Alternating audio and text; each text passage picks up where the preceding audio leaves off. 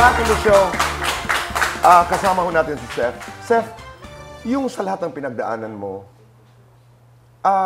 did you seek professional help? Okay.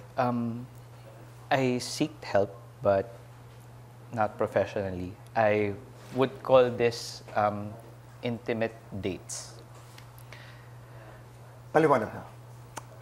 Pagka tahimik na ang bahay, nakatulog na yung bata, and mag-isa ako.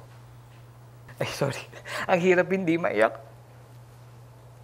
Dasal. Dasal. Sobrang lakas. Sobrang lakas ng dasal.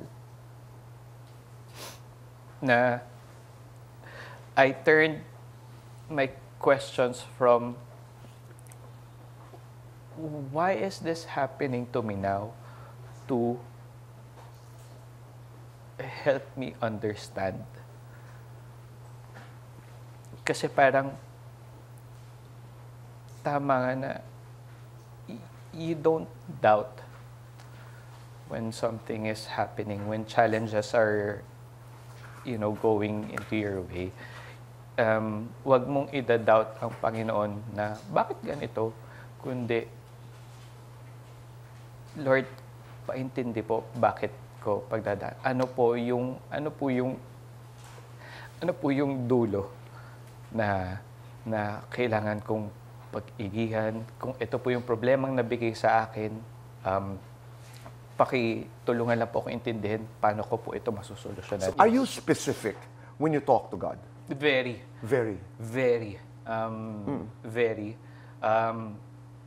Kaya masasabi ko, now, in this state, merong apoy sa akin na tuloy mo to, kaya mo to. Importante na kinakausap din natin ang mga sarili natin. Kasi sabi ko nga, may karanasan kang ganun, may karanasan akong pinagdaanan, at maraming karanasan ang pinagdadaanan ang ilan sa mga nanonood sa atin na mga karanasan na hindi mo maiisip pagdadaanan mo, di ba? Yun nga po, Tito Boy, parang hindi ko nga maiisip na mangyayari sa akin to eh. Tama. Until it happens. Until it happened. Oo. Na inisip ko, actually, going here, diving, inisip ko na sabihin ko ba, nakakahiya. Pero hindi eh. Kasi baka sakali na may makanood nito na hindi tayo nag-iisa. Oo. At makatulong na what you went through nangyayari sa iba.